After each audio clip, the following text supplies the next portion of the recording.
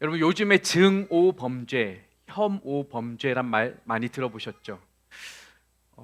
어떠한 특정한 성별이나 계층이나 관계나 지역의 국적의 종교를 가진 사람들을 혐오하여서 증오하여서 그러한 마음들을 가지고 신체적, 물리적, 또한 정신적 충격이나 테러를 가하는 것들을 증오 범죄 혹은 혐오 범죄라고 정의합니다. 그런데 이러한 범죄들이 요즘 들어 많아졌어요. 그러니까 누구인지 특정하지 않지만 그냥 난 이런 계층의 이런 부류의 사람이 싫어 하면 그 반대편에 있는 사람들에게 가서 이제 가학적인 일들을 행하는 것이죠. 이것이 혐오 범죄입니다. 이것은 오늘날 우리 사회에 만연한 양극화 현상을 보여주는 것 같아요. 그러니까 한 극단에 있는 생각들이 다른 쪽 반대편 극단에 있는 생각들을 다르다고 인정하는 것이 아니라 너희들은 틀렸어. 너희들 그렇게 생각하는 거 잘못됐어 라고 생각하면서 이러한 행위를 하는 것이죠. 서로가 다른 것은 어쩔 수 없지만 요즘 사회를 보면 그 다름의 정도가 점점 더 멀어지는 것 같아요. 그 갭과 그 간격이 더 멀어지고 벌어지면서 양극화 현상이 심해져 갑니다. 남녀 간의 양극화 현상이 심해져 갑니다. 지역 간의 양극화 현상이 심하여 갑니다. 이처럼 양극화를 가져오는 이유가 무엇일까? 저는 이 시대가 주는 정보의 편향성 때문이라고 제가 판단을 했어요.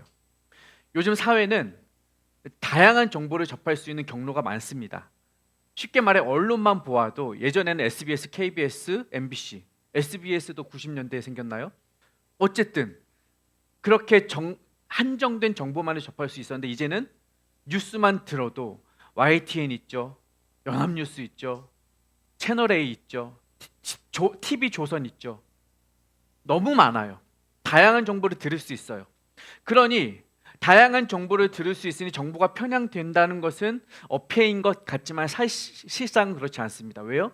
우리는 내가 좋아하는 정보만 골라 듣기 때문에 그래요. 채널 A 듣는 사람은 채널 A만 보는 거예요. 조선만 보는 사람은 조선만 봐요. JTBC만 보는 사람은 JTBC만 봐요. 자기의 입맛에 맞는 뉴스들이 포장되어 나오거든요. 이러니 정보가 편향되게 되고 한 극단으로 쏠리게 됩니다. 이것을 더 강력하게 해주는 것이 유튜브 알고리즘이죠.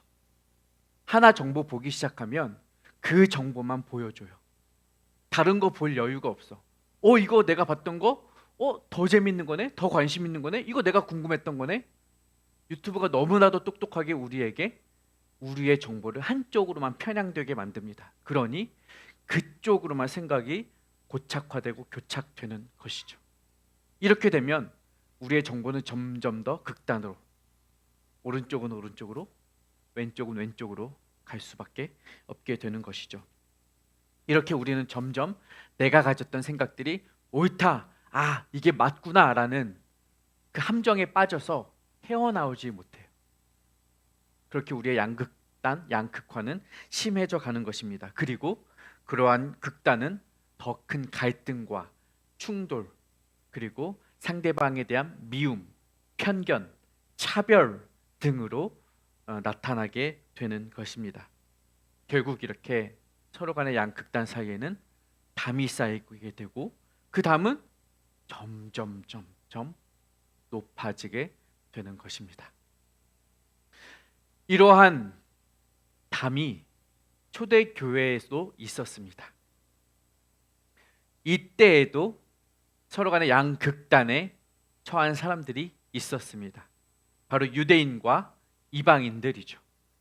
이들은 서로 다른 출신과 성향과 신앙관을 가지고 각자의 담을 쌓고 있었습니다. 바로 오늘 본문에는 그 두 부류의 양극단에 속해 있는 두 사람이 등장을 해요. 그 사람들의 이름은 바로 유대인을 대표하는 베드로와 이방인을 대표하는 고넬료였습니다. 고넬료라는 사람은 어떤 사람이었는가? 이 사람에 대한 설명이 10장 1절에 있습니다. 함께 읽어보겠습니다. 시작. 고넬료라는 사람이 있으니 이달리아 부데라 하는 군대의 백부장이라. 이 고넬료라는 사람을 이해하기 위해서는 가이사랴라는 동네를 먼저 이해할 필요가 있습니다. 가이사랴는 당시 팔레스틴에서 가장 큰 도시였어요. 항구 도시였고, 그곳에는 그 지역에서 가장 큰 항구와 가장 큰 원형 경기장과 가장 왕성한 화려한 수상궁이 있었습니다. 왜 이렇게 컸을까? 왜 그 도시는 번성할 수밖에 없었을까? 가이사랴라는 이름에서 우리는 무엇을 볼 수 있느냐? 가이사라는 이름을 들을 수가 있습니다. 가이사는 뭐예요? 당시 세계를 호령하였던 로마 황제를 호칭했던 이름이 바로 가이사였습니다. 즉, 이 가이사랴라는 이 도시는 당시 세계 최고의 신이라 불리었던 가이사에게 당시 팔레스틴을 다스리던 분봉 왕 헤롯이 헌정한 도시예요. 이 도시는 황제님 당신의 것입니다 하면서 세계 최고의 것들과 최대의 것들과 좋은 것들로 꾸며놓은 곳이 바로 가이사랴였던 것입니다.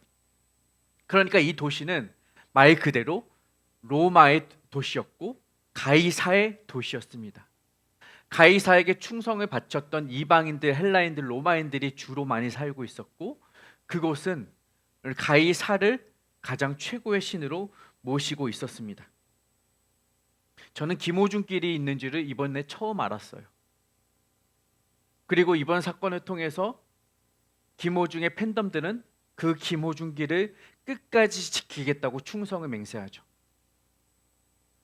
어찌 보면 그 당시 가이사랴도 그런 것이었는지 모르겠습니다.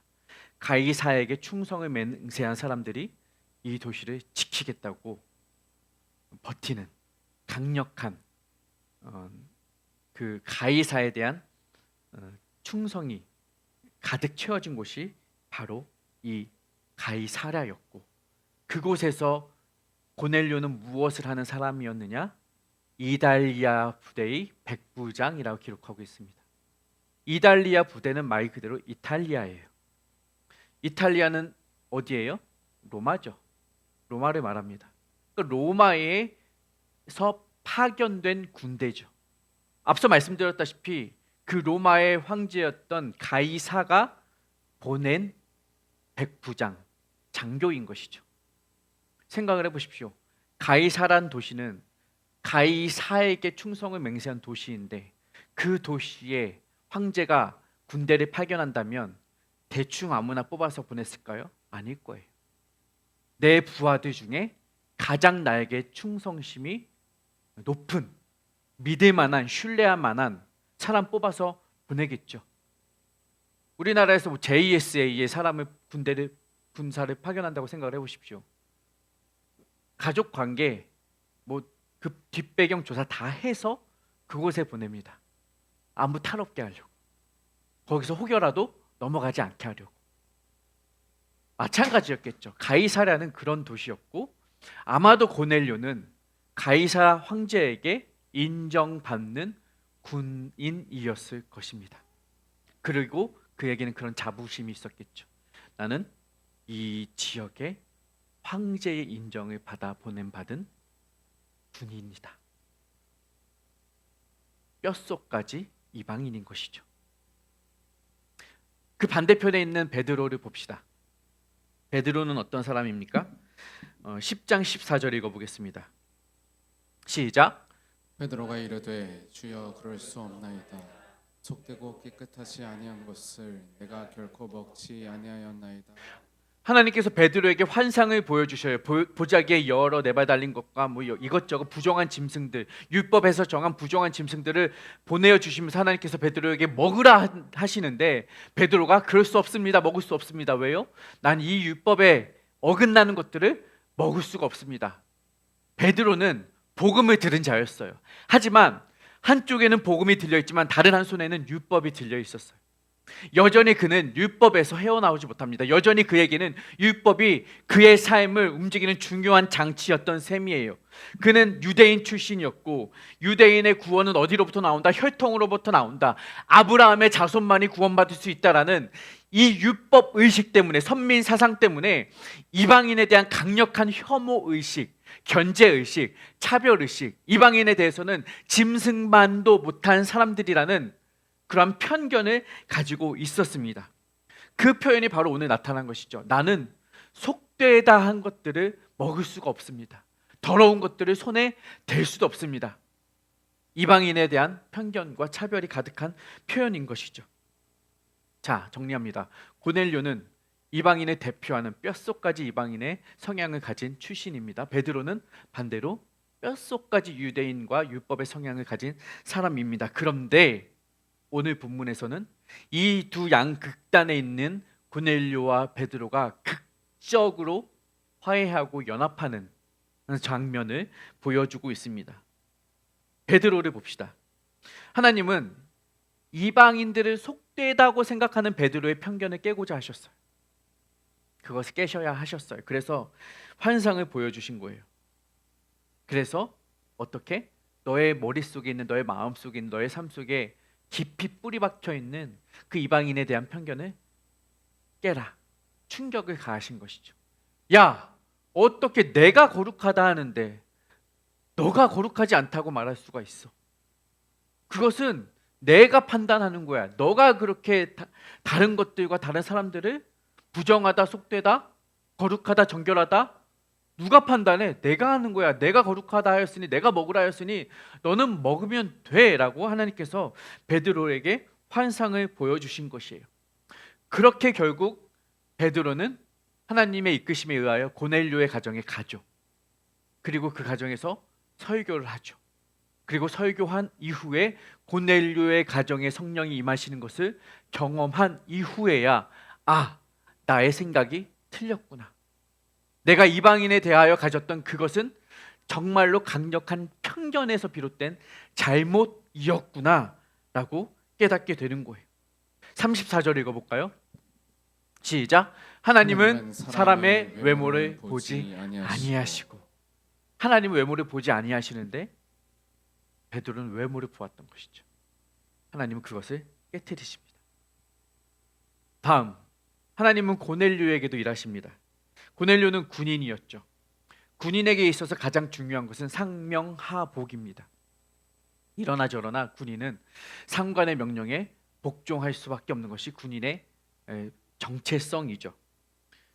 명령권자가 내리는 명령, 그것은 다른 일반 사회에서, 직장에서, 학교에서 선생님이 학생에게, 상사가 후배에게 내리는 명령과는 차원이 다릅니다. 절대적인 복종이죠. 군대에서 상관에게 불복하면, 더 나아가서 전쟁터에서 상관에게 불복하면 어떻게 돼요? 즉결 처분이죠. 강력합니다. 자, 그렇다면 고넬료의 직속 상관은 누구예요? 누구였어요? 가이사예요. 로마의 황제가 그의 명령권자이고 그는 누구에게만 충성해요? 가이사. 절을 해도 누구에게만 해야 돼요? 가이사. 근데 오늘 본문을 봅시다. 14절. 14절 아니죠.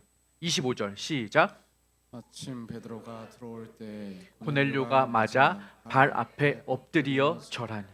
고넬료가 누구에게 절했다고요? 베드로에게 절을 했어요. 자, 우리가 배경을 살펴봤어요. 고넬료 입장에서 베드로는 종주국으로서 속국의 어부예요. 나는 종주국의 군대 장교이고, 저 베드로는 내가 다스리는 지역의 한 어부에 지나지 않아요. 절해야 돼요? 절할 가치가 있어요? 경의와 존경과 존경을 표현할 가치가 있는 사람이에요? 아니죠. 절대 결코 그럴 수 없죠. 내 자존심이 허락하지 않아요. 그런데 고넬료는 베드로 앞에 엎드려요. 그가 가지고 있던 편견과 차별의식이 깨어지는 순간입니다. 황제를 신처럼 떠받드는 국가에서 일개 국가의 속국의 어부에게 절을 한다는 것은 엄청난 낮아짐인 것입니다.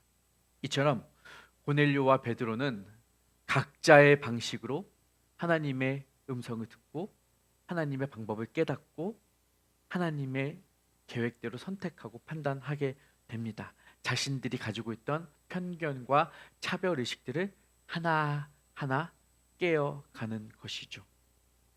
그리고 그들은 상대방에 대한 차별 의식이 아니라 존중과 존경을 배우게 됩니다. 자, 그럼 하나님이 왜 이렇게까지 일하셨을까요?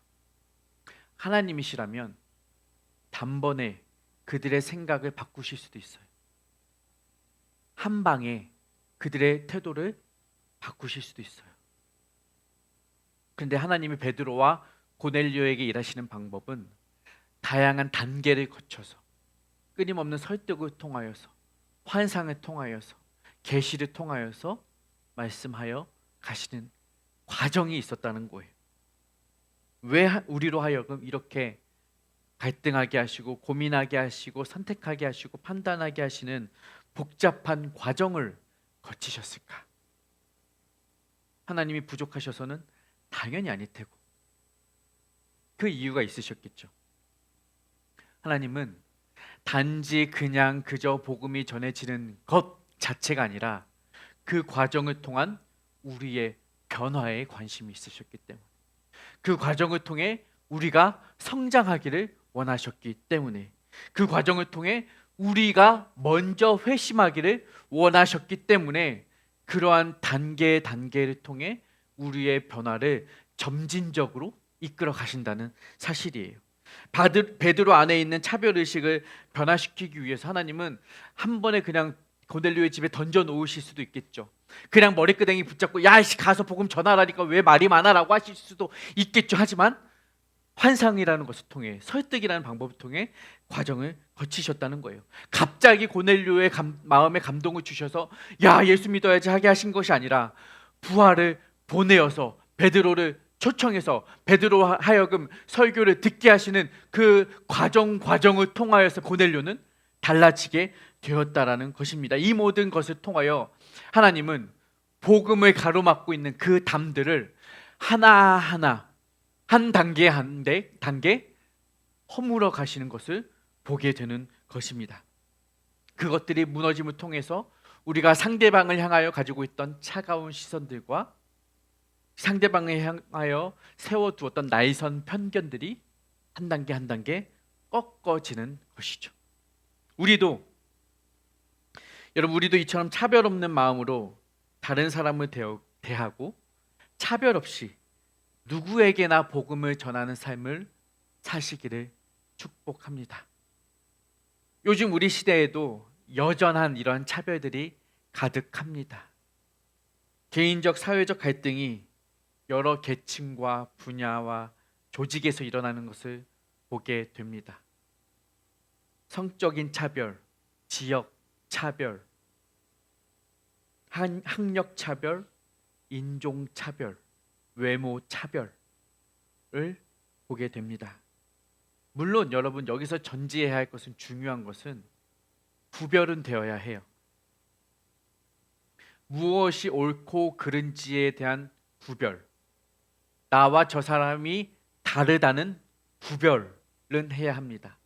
하지만 그와 내가 다르다는 것이, 그 사람과 내가 차이가 있다는 것이 그 사람이 틀렸다고 단정하고 단죄할 수 있는 차별의 근거가 되지는 않는다는 거예요. 이것은 우리가 분명히 가져야 합니다.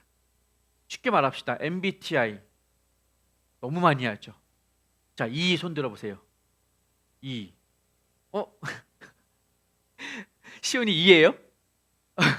E. 그럼 I형 손 들어보세요. I형. 자, 다르니까 자 앞으로는 E는 여기만 앉으시고 I는 여기만 앉읍시다. 이렇게 돼요? 아니죠. 그 다름을 보는 것은 서로 선 긋고 줄 긋고 싸우자 이게 아니라 이해하자는 거잖아요. 서로를 알아가자는 거잖아요. 다름의 방식과 그들이 일하고 생각하는 방식을 이해하자는 거잖아요. 여러분 그러나 이러한 인식 자체는 우리 안에 이미 있죠. 그리스도 안에서 우리는 하나입니다라고 말은 하죠. 우리는 서로가 서로를 은혜 안에서 보듬어야 한다고 생각은 하죠. 그러나 여전히 우리 안에 차별이 남아있다는 거예요. 알지만 대학교 갔을 때예요. 창세기 수업 시간에 제출한 레포트가, 저의 레포트가 모범 레포트로 그 다음 학기 수업의 교보제로 사용이 되었습니다. 잘 쓰여진 레포트였죠. 다음 학기 그 창세기 수업을 들으면서 제 과제물을 본 제 친구가, 야, 그거 어디서 베꼈냐? 엄연한 편견과 차별이죠. 근데 제가 그 말을 듣고 더 공부를 열심히 했어요. 다음 학기에 저는 장학금을 받았습니다. 물론 유일한 학생 생활 중 유일한 장학금이었지만 보여주고 싶었어요. 나를 차별하는 너에게 나의 진가를 보여주리라. 나는 너랑 달라. 또 다른 차별이었죠. 차별 당하는 것을 보면서도 그것을 깨고 그것을 넘기 위해 제 안에서는 또 다른 차별로 친구들을 판단했던 것 같아요. 그렇게 제 안에는 더 큰 우월감이 생겨나면서 다른 이들을 차별하고 무시하는 삶을 살았습니다. 저만 그래요, 여러분? 교회 안에도 있잖아요. 성도들 사이에도 있잖아요. 동역자들 사이에도 있잖아요. 그래도 내가 저 사람보단 낫지. 그래도 내가 저 집사님보단 거룩하지. 내가 그래도 저 사람보단 잘 섬기지. 내가 그래도 저 사람보다는 정결하지. 그래도 내가 저 사람보다는 성도답지. 내가 그래도 저 사람보다는 장로감이지, 집사감이지, 권사감이지라고 다른 사람들 앞에 우월하였던 우월의식과 차별의식과 편견이 있지는 않았습니까? 그러나 여러분 자신을 그 사람들의 어떠함에 견주어 보지 마시고 예수 그리스도의 십자가 앞에 여러분 앞에 대어 보시기 바랍니다. 예수님 앞에서 우리 어느 누가 그분보다 더 탁월함을 자랑할 수 있겠습니까? 그분 앞에서 어느 누가 우리의 우월의식을 드러낼 수 있겠습니까? 나는 예수님보다 얼마나 더 성실하실 수 있어요. 우리 중에 어느 누가 예수님보다 더 신실하실 수 있어요. 우리 중에 어느 누가 예수님보다 더 거룩하고 정결하다라고, 어느 누가 더 교회를 사랑한다라고 자신할 수 있겠느냐 말입니다. 어느 누구도 그럴 수가 없다는 말이에요. 그렇다면 반대로 우리가 다른 사람들을 판단하고 정죄하였던 것처럼 예수님이 우리를 그분의 잣대에 견주어 우리를 바라보신다면 어느 누가 예수님 앞에서 감히 고개를 들고 설 수 있겠습니까? 예수님이 그렇게 그분의 마음에 맞는 사람만 줄을 그어놓고 박스에 담아 놓으신다면 우리 중에 어느 누가 예수님과 그 같은 박스 안에 들어갈 수 있겠느냐는 말입니다. 아무도 없잖아요. 그런데 우리는 우리만의 박스를 만들어 놓고 저 사람은 저 박스, 그 사람은 그 박스, 내가 최고의 높임의 자리에 서려고 하는 것이 우리의 마음이라는 것입니다. 여러분, 그럴 수가 없다는 거예요. 그래서는 안 된다는 거예요. 우리 안에 그 경계를 예수님이 허무셨습니다. 그분은 하늘에 계셔야 할 분이 이 땅에 내려오심으로 우리가 생각할 수 있던 그 경계의 선을 허물고 그 담을 허물고 내려오셨다라는 거예요. 그분은 창조주와 피조물의 관계를 허물고 우리 가운데 오셨다라는 거예요. 그분은 의인과 죄인의 경계를 허물고 이 땅 가운데 오셨다라는 거예요. 그분은 편견 없이 차별 없이 우리의 어떠함과 상관없이 우리와 하나가 되어 주셨다라는 거예요. 그것이 우리가 가져야 할 자세이고 태도입니다. 10장 38절의 말씀을 함께 읽어볼까요? 시작. 하나님이 나사렛 예수에게 성령과 능력을 기름 붓듯 하셨으며 그가 두루 다니시며 선한 일을 행하시고 마귀에게 늘린 사람을 고치셨으니 이는 하나님이 함께 하셨음이라. 그는 두루 다니시며 모든 사람을 고치셨어요. 예수님의 복음은 차별이 없었습니다. 지역에도 대상에도 한계없이 모든 사람에게 차별 없이 임하시는 것이 하나님의 복음이었다는 사실이에요. 그리고 그분이 우리에게 주신 성령을 선물로 주셨을 때 44절을 읽어보겠습니다. 시작. 성령이 말씀 듣는 모든 사람에게 내려오시니. 성령을 선물로 주셨을 때 구별하여 착한 사람만, 예쁜 사람만, 말 듣는 사람만 주신 것이 아니라 말씀을 듣고 있는 모든 이에게 선물로 주셨다는 사실입니다. 할렐루야. 이것이 복음이에요. 여러분이 이 자리에 주의 말씀을 귀 기울여 듣고 계시다면 하나님께서는 여러분 듣는 모든 이들에게 성령을 선물로 주신 줄로 믿으시기 바랍니다. 그것이 복음이에요. 그것이 기쁜 소식이고 그것이 우리에게 은혜라는 사실이에요. 차별 없이 임하신 하나님의 은혜, 그것을 우리가 받았다면, 그것을 우리가 누리고 있다면 다른 사람에게 우리가 대해야 할 태도와 자세는 분명해지는 것입니다.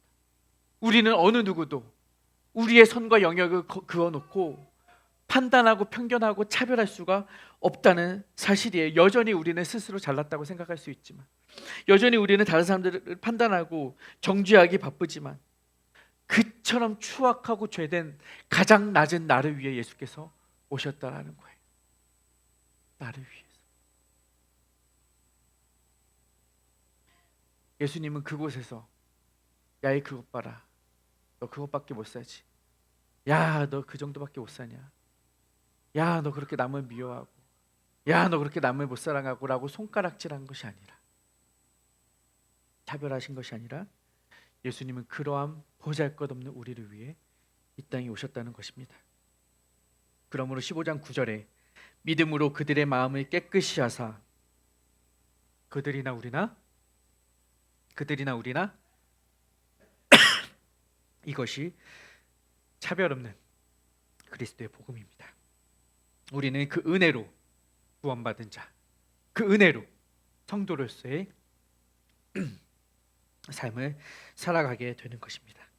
여러분, 주변 사람들을 예수님의 마음으로 바라봅시다. 예수님이 우리를 바라보셨던 것처럼 우리도 그들을 바라봅시다. 여전히 그 사람은 밉상이고, 여전히 그 사람은 수용하기 어렵고, 여전히 그 사람은 나와 다르지만, 내가 주님께 차별 없이 받은 그 사랑과 은혜를 기억하신다면 우리도 할 수 있습니다. 예수 그리스도의 복음과 그 사랑과 그 은혜가 누구에게나 두루두루 전해지도록 저와 여러분이 차별 없이 다가가시는 믿음의 성도님들 되시기를 축복합니다.